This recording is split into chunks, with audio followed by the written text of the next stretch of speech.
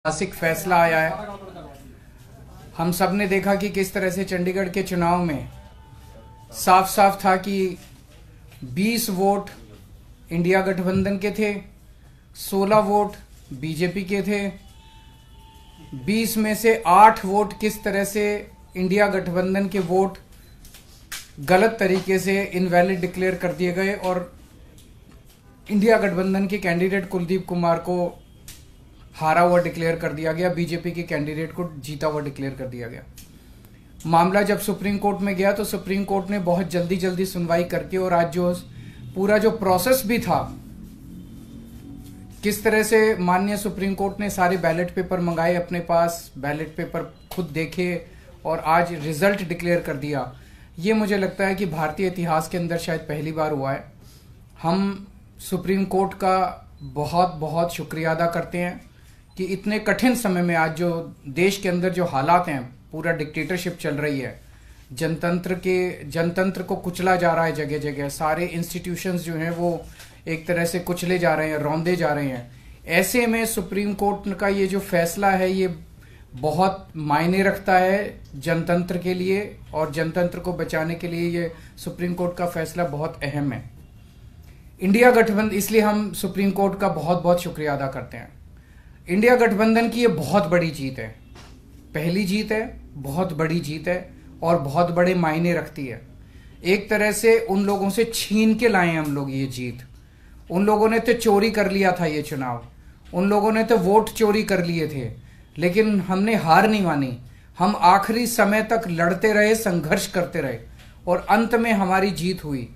तो ये पूरे देश के लिए, इंडिया गठबंधन के लिए बहुत बड़ी जीत है और बहुत बड़ा संकेत देती है देश को। जो लोग कहते हैं कि बीजेपी को हराया नहीं जा सकता, बीजेपी को हराया जा सकता है, एकता से हराया जा सकता है, अच्छी प्लानिंग और स्ट्रेटेजी से हराया जा सकता है और मेहनत से हराया जा सकता है। ये इस चुनाव के नतीजों ने साबित कर दिया। तो मैं इंडिया गठबंधन के सभी पार्टनर्स को बहुत बहुत इसके लिए बधाई देता हूं। चंडीगढ़ के लोगों को बधाई देता हूं, जिनको चंडीगढ़ के लोगों की एक तरह से जीत हुई। चंडीगढ़ के लोगों ने तो नतीजा यही दिया था कि भाई इंडिया गठबंधन का कैंडिडेट मेयर बनना चाहिए, लेकिन उन्होंने चोरी कर लिया चुनाव।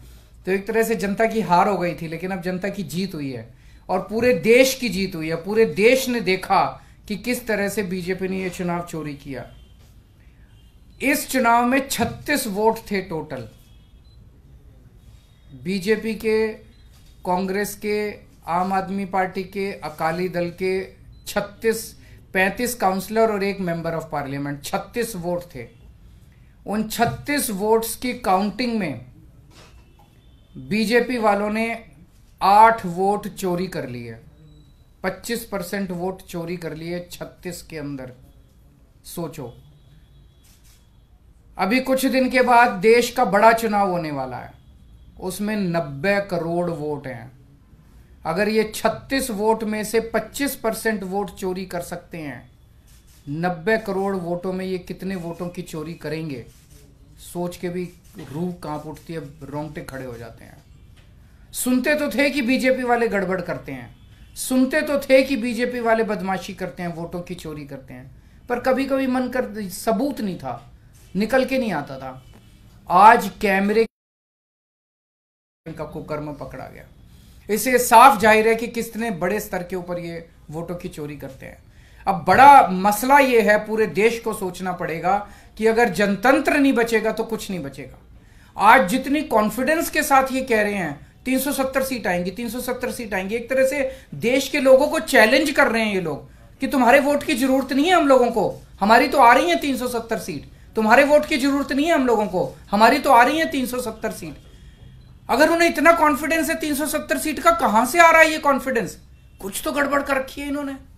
और जिस देश, अगर किसी देश के अंदर चुनाव के पहले पार्टियां साफ साफ कहना चालू कर दे हमें वोट की जरूरत नहीं है, हमें लोगों की जरूरत नहीं है, उस देश के अंदर फिर जनतंत्र बहुत बड़ा खतरे में है। पूरे देश को मिलकर, 140 करोड़ लोगों को मिलकर जनतंत्र को बचाना पड़ेगा। इससे यह भी साफ है ये लोग चुनाव जीतते नहीं है, ये लोग चुनाव चोरी करते हैं। आज ये पूरे प्रकरण ने, चंडीगढ़ के पूरे चुनाव ने इन लोगों को बेनकाब करके पूरे देश के अंदर बेनकाब कर दिया। इन लोगों ने दूध का दूध और पानी का पानी हो गया। सो मैं फिर से एक बार इंडिया गठबंधन को बहुत बहुत बधाई देता हूं और माननीय सुप्रीम कोर्ट को बहुत बहुत शुक्रिया अदा करता हूं। अगर एक दो क्वेश्चंस आपके हैं तो। 3 पार्षद भी बीजेपी में चले गए, वो भी एक बड़ी चीज है कि इनका पूरा षड्यंत्र क्या था, कि षड्यंत्र था कि हमारे अब पार्षदों को तोड़ेंगे। ये चुनाव, जैसा मैंने कहा कि पहले तो पूरी कोशिश करते हैं ईवीएम में धांधली कर दो, इसमें धांधली कर दो, किसी भी तरह से चुनाव जी, अगर हार जाएं तो फिर ये काउंसलर्स को तोड़ना चालू कर देते हैं, एमएलएस को तोड़ना चालू कर देते हैं, सरकारें गिरानी चालू कर देते हैं, ईडी लगा देते हैं, सीबीआई लगा देते हैं, पैसे की गड्डियां फेंकते हैं उनकी तरफ, सब तरह से तोड़ने की कोशिश करते हैं। ये जनतंत्र थोड़ी है।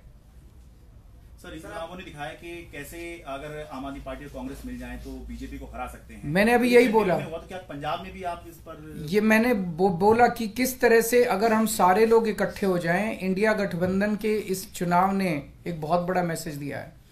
जो लोग कहते हैं कि बीजेपी को हराया नहीं जा सकता, बीजेपी को हराया जा सकता है अगर हम संगठित हो जाएं, एक हो जाएं, स्ट्रैटेजी से काम करें और मेहनत करें, हम बीजेपी को हरा सकते हैं। हमने ये चुनाव में हरा के दिखाया है। पंजाब में सोचेंगे दोबारा से?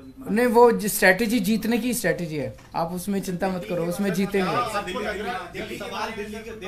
अभी कई सारे राउंड्स ऑफ डिस्कशन हो चुके हैं और काफी अंतिम स्टेज पे बाकी चीजें पहुंच चुकी है। बहुत जल्दी अनाउंस होगा उनके साथ गठबंधन। आपने पंजाब का क्लियर कर दिया, अकेले बाकी सारी चीजों पे बात हो रही है, बाकी सारे स्टेट्स में बात हो रही है और कई सारे राउंड्स ऑफ डिस्कशन हो गए हैं।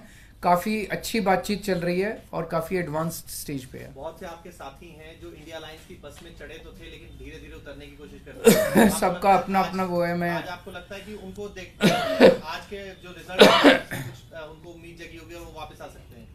जो लोग देश को बचाना चाहते हैं उन सब लोगों का इंडिया गठबंधन में स्वागत है।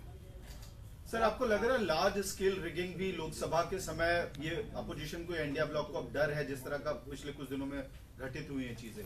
देखिए, ईवीएम को लेके बहुत प्रश्न उठते रहते हैं। जैसे मैंने बताया, इनकी मल्टीपल स्टेजेस हैं। पहले तो ये चुनाव में गड़बड़ करते हैं, तरह तरह की गड़बड़े करते हैं, वोटर लिस्ट गड़बड़ कर देते हैं, ईवीएम के अंदर गड़बड़ी की बहुत सारी शिकायतें और बहुत सारे वो आए हैं, लेकिन उसके ऊपर कभी भी इन लोगों ने जनता का विश्वास जीतने के लिए ईवीएम के गड़बड़ी जो आरोप लगे उसको इन्होंने जनता का विश्वास स्ट्रेंथन नहीं किया। तो ईवीएम के उसके बावजूद भी अगर ये कहीं चुनाव हार जाएं तो फिर ईडी है, ईडी छोड़ देते हैं, सीबीआई है, सीबीआई छोड़ देते हैं, उससे भी कोई नहीं माने, पैसे फेंकते हैं उसकी तरफ, उसके बाद ये एमएलए और एमपी तोड़ लेते हैं। इस तरह से जनतंत्र मल्टीपल लेवल पे अब खतरे में है और जनतंत्र सबसे इंपॉर्टेंट है देश के अंदर। जनता की चलनी चाहिए, जनता अपनी सरकार चुने। अगर जनता की नहीं चलेगी और एक किसी व्यक्ति को अगर ये अहंकार हो जाएगा कि हमारी तो 370 सीट आ रही है, जनता की तो जरूरत ही नहीं है, 140 करोड़ लोगों की मुझे क्या जरूरत है, मेरी तो 370 सीट आ रही है, तो उसके बाद जनता कहां जाएगी?